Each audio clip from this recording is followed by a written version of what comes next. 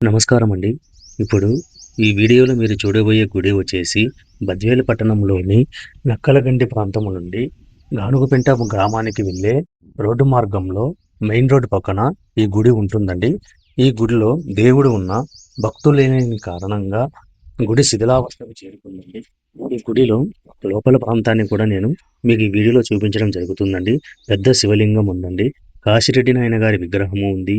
ఈ వినాయకుని విగ్రహాలు ఉన్నాయి. గుడి చుట్టూ శివలింగాలు ఉన్నాయండి. చిన్న చిన్న శివలింగాలు ఉన్నాయండి. గుడి లోపల కూడా అమ్మవారి విగ్రహం ఉందండి. కావున ఎవరైనా ఆధ్యాత్మికతలు గుడి హిందూ సంఘాలు ఎవరైనా సరే, డబ్బున్నవారు దయామయులు ఎవరైనా సరే ఈ గుడిని పునరుద్ధరించవలసిందిగా కోరుచున్నామండి.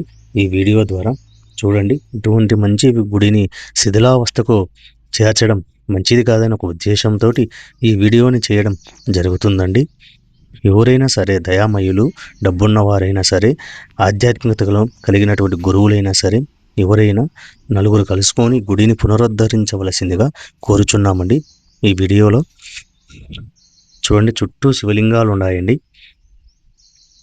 చిన్న చిన్న శివలింగాలను కూడా ఏర్పాటు బాగుంది. గుడి వాతావరణం కూడా బాగుందండి. పచ్చని పొలాల మధ్యలో ఉందండి.